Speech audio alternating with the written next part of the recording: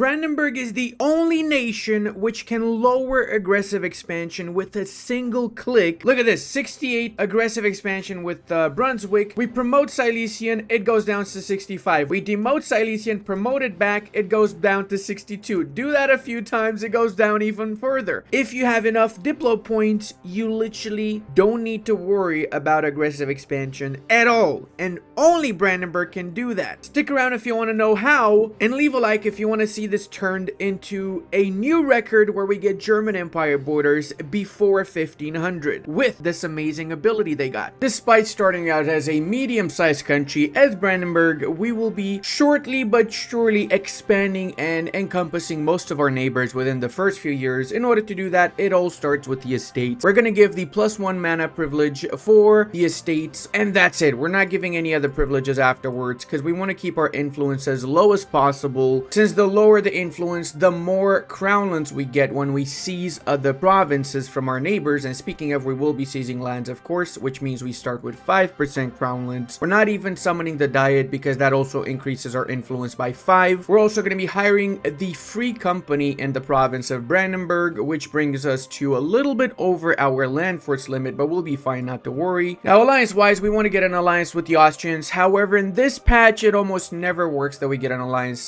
day 1, so we're going to go for the royal marriage, which means that we're going to secure a diplo relations slot with the Austrians. So eventually, once we increase our army size, improve relations and so on, they will be more willing to ally us. As for the other 3 alliance slots, we're going to go for electors, as well as prioritize the bigger nations surrounding us within the HRE, such as Saxony, for example, is a good ally. Köln is also a really good ally. Now, by having a few of the electors support us for the emperorship, we can also get an extra diplomat for 15 years, and that is going to be absolutely crucial. We do have right now the Saxons, and I believe Köln is also going to support us after they change their electoral vote in a few moments. If we become emperor, it's not the end of the world, but we do want to get rid of the emperorship eventually, since we want to form German Empire borders, meaning we cannot allow for the Holy Roman Empire to exist for too long. Around 1460s or so, I'm going to plan on dismantling it. In order to increase our relations with the Austrians to get the alliance a little bit faster, we could also just scornfully insult one of their enemies, like, for example, the Ottomans. Always a good idea to scornfully insult the Ottomans. Am I right, guys? Come on. I'm also going to get rivals that I know I would have an easier time to attack, so that's why I waited until the 30th of November to get an idea of what exactly alliance-wise my neighbors have gotten. So Magdeburg here has an ally in Lüneburg, Brunswick has an ally in Goslar, Stettin has no allies. These would make super easy rivals for me to get some cheap show of strength war goals against, and by cheap I mean easy show of strength war goals, better yet. There you go. Now with these rivals set in stone, it is likelier that they're going to be allying amongst each other to fight against me if they're not rival to each other already, and that's also why I waited a little bit extra before choosing my rivals. 11th of December, and Stettin has yet to get any sort of ally, which is why I'm going to be attacking them with the Humiliation CB, which means afterwards we can get 100 of each mana points from the Show of Strength war goal, as well as we will be doing our age objective of humiliating rival. With the more recent patches, that war goal also gives us this particular objective, so a double whammy, as they say. Also going to be getting some advisors, namely the trade efficiency and the inflation reduction advisor. The reason I'm getting these two is because eventually I'll be getting an event within 10-20 years, something like that. Can be sooner, can be later, it's pretty RNG, and that event's going to give me 200 mana for admin and 200 for diplo, which I'm going to really need early on in the campaign. I've also made my leader a general just so I can get a siege pippin, so I don't have to hire an actual general and waste my mana points in the process. Problem with that is that it increases the likelihood of my king to die. Oh, they came to face us. All right, let's go, baby. Let's go. That should be an easy stack wipe. There you go. It was. We can take our cavalry units out of this sieging army and wait on the side, because reinforcing cavalry is significantly more expensive than it is reinforcing infantry once you lose these units. And we have the fate of Neumark. So for 100 ducats, we can get the provinces of Neumark and Dramburg from the Teutons, and that is actually amazing timing, because by doing the reclamation of Neumark, we get claims on the entirety of Pomerania, which means that now we have the ability to attack Volgast, and we can take the entirety of their country in one war. In fact, I'm going to do that right now, since Saxe-Lauenburg has a cruel ruler, so they're not joining in. I'm not going to call any of my allies. I don't need to. Now, it does mean we have a lot of loans. However, I'm going to take the indebted to the burghers privilege, which gives me 1% loans, and as such we don't have any actual problems with loans. I'm also going to pay off the other loan I had earlier, so I don't forget about it. There you go. We're paying 0.15 in interest. I didn't take this particular privilege earlier because if you have more than 4 loans, then you cannot get the new mark event. Remember that is always an issue for people that start as Brandenburg and they don't know why they're not getting the event because you took too many loans. Let's go, baby. Give me them schnitzels. I want the Stettener schnitzels. Ooh. Now let's Carpetica Siegicum. Oh, Volgast actually decided to meet us in battle. Luckily for us, I could bring my units back into the province of Holberg before they did any damage to my army. And now what's going to happen is they're going to retreat to the island of Rügen, and I hope they stay there until we siege the rest of their country, because I don't even need to take the island of Rügen in order to enforce my demands. And now that we have extra money, we can also go for the land force limit modifier advisor. I would have preferred a morale of armies or discipline, but anything is better than nothing, I guess. Explain to me how we went from like minus something to 28% in Volgast, but we're still on 21% in Stettin. This is like 6 times it's been on 21%. What is going on here? Okay, seriously, we actually got Volgast and this freaking fort is still on 21%. What is happening here, man? What is actually freaking happening here? I'm honestly upset. I'm pissed. Freaking Volstetten, come on. Also, we can get our claim on Magdeburg now for future attacks, of course. Get our diplomat back, and we're going to be improving relations with other nations. That's the main goal of our diplomats early in the campaign. Improve relations with as many nations as you can within the HRE. Come on, beat them Volgastians.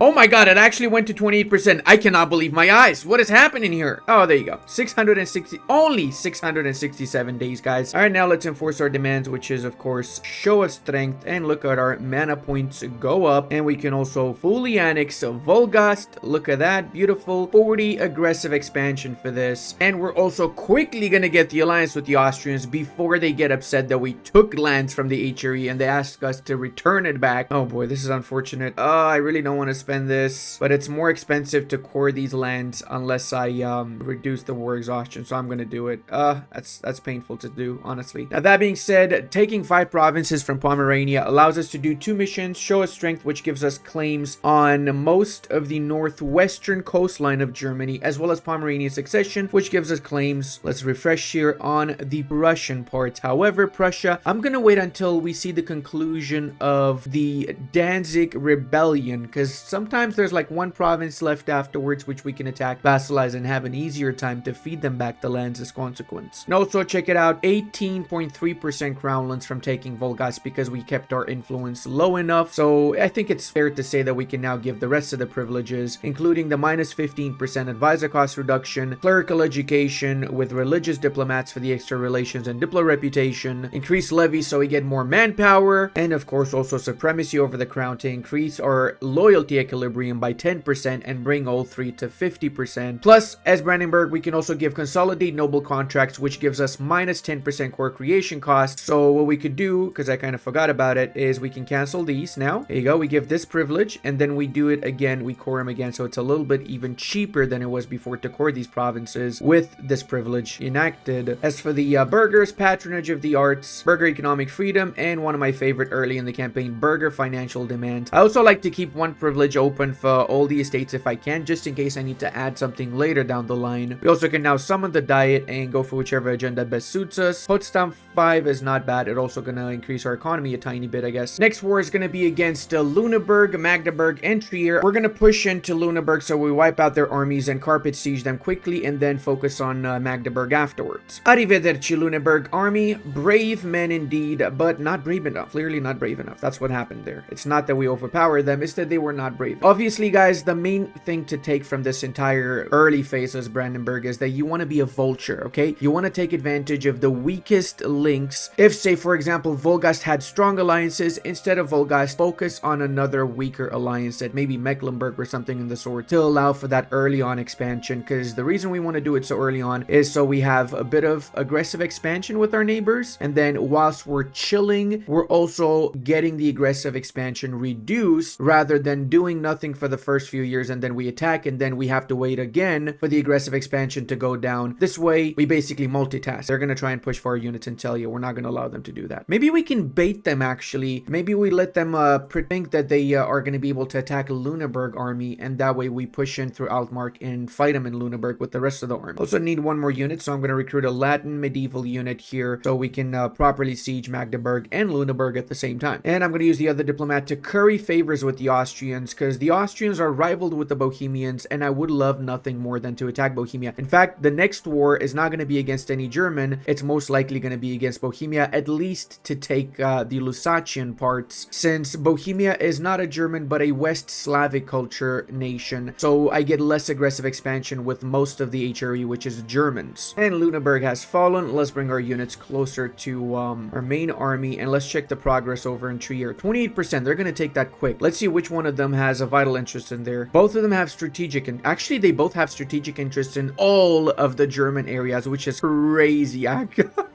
I know why though. It's because of their kingdom rank. So archbishopry is basically a kingdom rank, and kingdom rank nations have a desire to unify all provinces of the same culture. Now guys, I do want to mention I will be doing a second part for this campaign. Obviously I want to turn the initial part of the campaign as Brandenburg into 3 separate parts so you guys can more easily follow along with me. So if we get 5,000 likes on this video, I'm gonna rush the second part. If we don't get it, that's fine. I'm still gonna release the second part, but I'm not gonna prioritize it. I have other videos, of course, so this way it's my way of knowing if you guys are interested in this video and the follow-up, or if you're not interested, to be frank with you. All right, we got Magdeburg. Now let's push and wipe out their armies as well. And it looks like we also managed to core up all the provinces in Pomerania. Let's make sure we make them full cores, of course. We're also going to use some of our admin to get 1 stability. That way we start getting the passive prosperity growth in our provinces. We cannot get prosperity at least until we have 1 stability or more, and this eventually means we get more goods produced, development cost reduction, autonomy reduction. Now with Lüneburg and Magdeburg, what I'm going to do is a bit different. So I'm going to be making them vassals. Why am I doing this? For 2 reasons. Vassalizing these nations is less aggressive expansion, and if, say, hypothetically we were not allied to the Austrians, vassalizing nations doesn't make them ask you to give back unlawful territory because you didn't take it, you just vassalized. Now that being said, there's another reason, because we want to give the strong duchies privilege, which will appear once we have 2 subjects or more. I'm going to cancel some of their rivals so I get some more prestige. Prestige is also vital when you're trying to unify the Holy Roman Empire militarily, because prestige also can give minus 10% aggressive expansion impact when it's at 100%. So we're going to try and get to 100% with our prestige as soon as possible. Also coalition wise, only Stettin and Mecklenburg right now are upset, but it doesn't really matter. Their opinion means absolute Schnitzeldorf, which means nothing. Now the problem is vassalizing Lüneburg means we're going to get a few nations in a potential coalition. So what we're going to do to mitigate that is we're going to be attacking some of these nations, and we're going to be getting either a truce with them or just flat out wiping them out. So Saxe-Lauenburg, we're basically wiping out. All right, we waited for a little bit more, and now there's significantly less nations in a potential coalition. The big one here would be Bohemia. Other than that, the other ones I really couldn't give less of a schnitzel. The Berliner Unwilly, yeah, we're going to go for the rebels because we got Cologne defending us basically right now. We're going to send our units too, but thank you, Cologne, for being such an amazing ally and just flat out helping us massively against the scourge of the rebels, clearly. We also are going to be the first ones to get military tech 4, which means that we get 4 innovation for being the first. And now check it out, way less nations in a potential coalition against us. Unfortunately, we can only give 1 province because Mainz is the one that occupied Trier instead of Cologne. I would have preferred to get rid of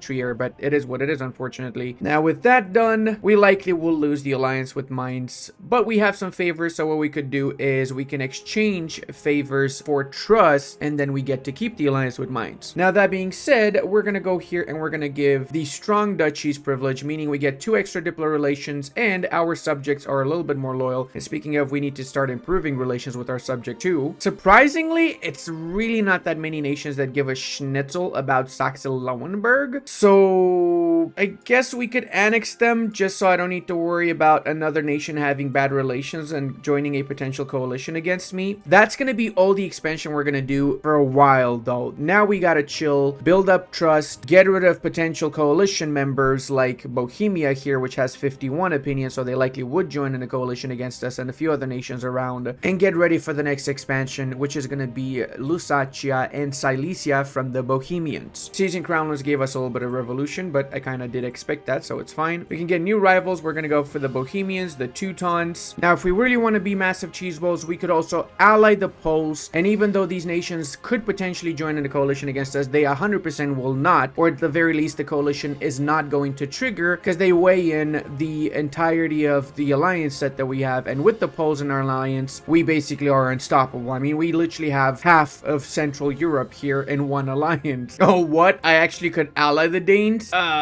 Screw it, man. I'm gonna do it just so at least I get a truce with them, or maybe even if I curry favors enough, they might break the alliance with the Teutons by the time that I attack them though. Or for that matter, just flat out for the fact that I can use them to prevent any sort of coalition, right? Now, very, very important, guys, lower the autonomy. Less autonomy means you get more economy, more manpower out of those provinces. It will give you some rebels, but that's fine. Rebels are basically just free army tradition when you're at peace, right? Another very important thing we're doing is we got an alliance with Lucca because Lucca is about to embrace Renaissance, and when that happens, we can ask our ally Lucca to give us knowledge sharing so we can get Renaissance a lot faster than the other German nations will be able to get. It's really vital that you get the alliance before, because they might give knowledge sharing to somebody else, so you want to make sure you have the alliance. You just got to click a button, so have a diplomat ready as well for when that moment happens, and basically just keep an eye on the province. When you see it fully green, it's time to ask for knowledge sharing. There you go, baby. They're green now. Ask for knowledge sharing. They will give it to us. We're literally paying 0.88 to Lucca for this knowledge sharing, but it is more than worth it. So always remember this little neat trick when a Renaissance spawns. Just wait for one of the OPMs here, ally them, and be their best friends because of the benefits that you get. Yes, you could call us friends with benefits. Is that what friends with benefits meant all along? This makes so much sense now. We've also been currying favors with the Poles, so we can use them to attack Bohemia, but unfortunately they got great attitude towards Bohemia, so we gotta lower that attitude. We can do that by reducing opinion of Bohemia. There you go, 10 favors, and now they got minus 100 opinion of them. So when we get another 10 favors, we can use the Poles to attack and get the Silesian lands for ourselves, which is actually right on time because by 55 I expect to do the attack on Bohemia. RNG is not on our side today, boys. The Poles again have gotten amazing attitude towards the Bohemians, despite that amazing attitude being minus 15, and they're still friendly. So whatever, man, I just have to attack them. What I did is I allied half of the Holy Roman Empire because you get less aggressive expansion with your allies. So I only allied half of the HRE temporarily until I finish my war with the Bohemians, and unfortunately we can only bring Lucca as well as Saxony on our side, and we gotta fight Anhalt, Florence, and Goslar as well. War target is going to be Dolny Luzice, so we should be able to get some war score from holding on to the war target, and I'm going to try and do a bit of a war of attrition. What is this? Oh, I can call Austria. Okay, never mind.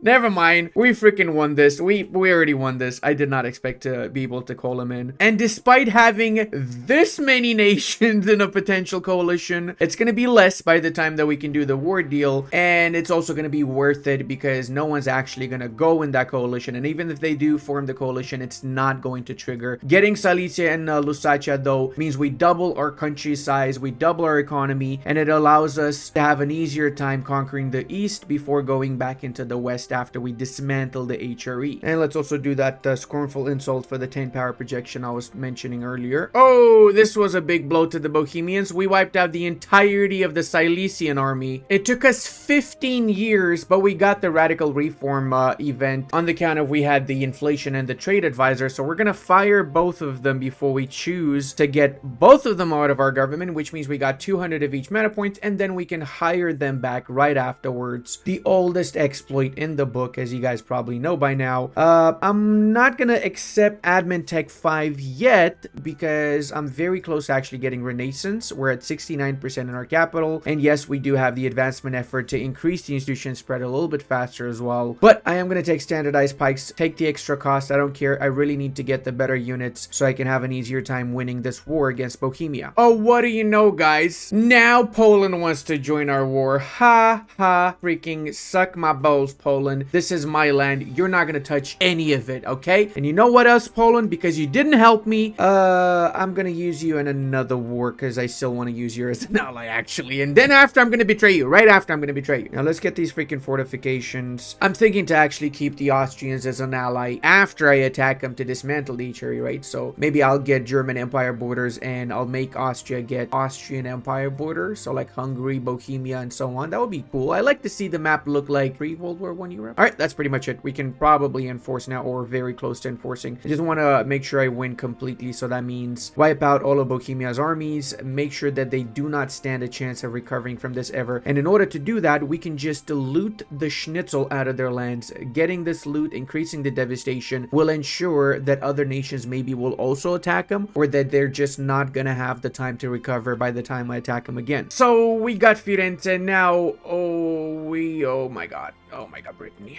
Again, Brittany gets freaking Burgundy, really. And I know what you guys are thinking. Why didn't you go for the Burgundian inheritance? Because then I wouldn't have German Empire borders, would I now? I want German Empire borders. I don't want to take this schnapps, okay? Doesn't look good. This game is all about aesthetics, okay? That's it. All right, now let's give this to Luca and see if Luca would like to take some lands from, oh, they don't want to take Firenze? Really? I was kind of hoping to give it to them, so it would mean I get future Tuscany as my ally. But if you don't want to do that, Luca, then I'm probably going to cancel the alliance after this. I'm basically going to cancel all their alliances in the process, so that way we don't need to worry about the Florentines ever again. Now, Goslar, seeing as the Saxons have a vital interest in Goslar, they would be more than happy to annex that. So I'm going to transfer this to Saxony, and I'll let the Saxons take all that aggressive expansion. Cancel all that. There you go. Boom. And it's Jover for the Goslarians. This is also good because Goslar is a free city, so it's a lot more interesting getting rid of them than it is to just have to take all that aggressive expansion and fight the Emperor to get a freaking free city. Similarly, we're going to give this to the Saxons, and with a little bit of luck, they're also going to want to take Anhalt. They are going to take Anhalt as well. Nice. I would take Anhalt for myself, but I got too much aggressive expansion as it stands, so I don't mind Saxony taking it, and then eventually when I attack the Saxons, I'll of course take everything there needs to be taken. Now check it out, boys. 79 aggressive expansion for all of Silesia and Lusatia, not just Silesia here. And we do have quite a sizable coalition, but considering, remember what it looked like initially, it was 3 times the size. This is way better, a lot more acceptable. You know what? I think I'll give Austria stuff in the next war. Let's go for war reparations and the money. And that's it, boys. Oh my Schnitzeldorf. We lost 102,000 people in this war. That is insane. But now we can do more missions. We can do Conquest of Silesia, which means we get minus 10% local autonomy in the Silesian area. And from now on, promoting culture will reduce our aggressive expansion by -3. That is huge. That is actually huge. And hear me out why. And this is also why I rushed Silesia rather than rushing the Teutonic lands. Because right now, let's look at the map. We have roughly about 73 aggressive expansion with the nations that we're not allied with, okay? So let's look at Wurzburg. Wurzburg is -70 aggressive expansion. If we were to promote Pomeranian as an accepted culture, we go down to -67. If we have enough diplo power, we could demote and promote repeatedly until the point where we go below 50 aggressive expansion with Wurzburg and everybody else around. So given enough diplo power, we literally could expand continuously, which is wild. There you go. I did it once more, and now we're back to 64, but of course it cost us 100 diplo. You want me to do again? There you go. One more time. Boom. Now it's down to 61 aggressive expansion. Again, it is a massive cheese. It's all based off of how much diplo power you're willing to risk, and that's pretty much it. But this ability, which is unique to Brandenburg, only Brandenburg can do this, is insanely overpowered in my opinion. Now let's go ahead and accept Renaissance. Boom. And that means we can get Admin Tech 5, which also means we can get our first idea set. Now, as you guys know, I'm a big advocate of going from military ideas as your first idea set, since you're going to need admin points to go to level 7 admin tech to get the second idea group, and diplo points in our case, we're going to need a lot of it to promote and demote and a few other things, and of course hacking up and everything else too. From the military ideas, aristocratic is by far my favorite. It's a well-balanced idea set, and it has good policies with the other ideas. And then afterwards we'll be going for an admin or a diplo idea set as our second idea group. Now let's core up all of the provinces in Silesia and Lusatia, and again it's time for a big Chilean period before we attack the Teutons. Around 1460 they should get the Danzig event, so based off of the Danzig event we'll see what happens and who we can attack and how we can take take advantage of the situation. And we also can sell some titles and then seize them back again, ending up with 18% crownlands. However, after unpausing, because remember, it didn't count the lands we took from Silesia and Lusatia, we're back up to 20% now. So we're Gucci with crownlands too. We got money, we got everything. It's time for the great rebuildicum, boys. Rebuildicum. That's an actual word. I totally did not just make that up. Look how many nations are asking for knowledge sharing. I'm gonna give my knowledge sharing to whoever gives me the most money. In my case, it's probably gonna be the Austrians. Let's see. They're gonna give us 1.9 every month for knowledge sharing. Hell yes, Austria. Absolutely yes. Oh, another traveling minstrel. Don't mind if I do. Okay, seriously, did they actually fix this somehow and the Teutons are not getting the Danzig revolt anymore? Because I'm waiting for the Danzig revolt and it's still to happen. Like, come on. Usually it happens in 1460 instantly. Now nothing. Really? Oh, demand lowland independence. Okay, let's see what Brittany's gonna do here. I would fold, and they did fold. There you go. All right. Well, that means a lot more HRE nations to be upset with us, so I'm not really happy with this particular outcome. I've also kind of lost my patience. I'm just gonna freaking attack the Teutons. Screw this, man. It's Königsberg as our war target, co-belligerate Mecklenburg, and bring in everybody. I'm talking about literally everybody. This is gonna be the fastest war imaginable. I mean, really, really fast. Hey, we can even coal more after we declare the war. I'm gonna bring everybody, everyone. Come on, let's go, boys. Let's go. Another reason why I'm doing this is because the Muscovites are gonna primarily focus on Poland, right? So it's also a good way for me to weaken the Poles before I attack them myself, because of course I need to take all of these provinces which are rightful German clay. Everybody knows Mecklenburg's been fully sieged down, so we're gonna be piecing them out in the process, canceling their alliances. So maybe their neighbors in the Hanseatic League is gonna take advantage and attack them. I wouldn't be against that. Time for a new heir, and surprisingly he's gonna have the same name as the old heir because reasons. Okay, unfortunately I'm also noticing that the Russians are kind of losing against the fact that I got a lot of units on my side. I mean, it's literally 150,000 against 50,000. It's bad for them. So I'm gonna do something that might piss off some people, but I'm actually gonna give them some lands before they lose. That way I weaken the Poles a little bit in the process. Not much, but a tiny bit, I guess. Better than nothing. And I secure in the future a possible alliance with the Muscovites. Well, I'm not securing it now, but I'm gonna improve with them later, so I can fight with them against the Poles later down the line. Arrivederci, lands of Poland. And yes, I could have gotten that peace deal with even significantly less land. I just wanted to give as many as possible. I'm such a scumbag. Did I actually lower my trust with the Poles? It didn't. Well, what do you know? That is maybe an exploit. Maybe there should be some repercussions from you doing that. I don't know, just saying. Because right now there isn't any. And just as I did that, they took me as their rival. Come on, Muscovy. I was trying to be your friend here. Why would you do that, man? You actual scumbags. Oh, when did this happen? Oh my god. It's almost as if somebody planned for Mecklenburg to disappear. That's right. I planned this. This was my plan all along. Mecklenburg's literally one less nation to worry about in a potential coalition because they don't exist anymore. Look at the coalition army here, just waiting for the Fort Inlet Gallant to fall before we just basically rush in and wipe out what's left of the Livonian order. Go, my minions, go! Wipe everybody out! Alright, that's enough. Let's finish off Livonians. Boom, get out of here. Now, if we were to take just the two provinces we care about, Danzig and Königsberg, it wouldn't be that big of a coalition. Plus, we could also add to this Humiliate, which is going to increase our power projection. So I think that actually might be the play here. Let's go with that, and we'll take the rest of the Teutonic lands in the next war against them. Plus, now we got up to 97 power projection, which means we also have almost 10% morale of armies, and we've secured the provinces we need to form Prussia, as well as the most expensive provinces in Prussia. Basically, all the other provinces together cost roughly around the same as these two provinces, more or less. Now we can start canceling the alliances, and we need to get ready for the war against the Austrians. We're going to cancel the alliance with Austria and figure out a way to dismantle the HRE. Basically, we're going to ally as many of the electors as we can, and then the ones that we haven't allied, we're going to go to war, and in that war, we need to make sure that we have the Emperor alongside all the non-allied electors, occupy their capital, and then we can dismantle the HRE. That's the next phase of the campaign, and that's the one we're going to do in the next part. Don't forget to leave a like, subscribe as well if you're new here, and I'll see you in the next one. Love you guys.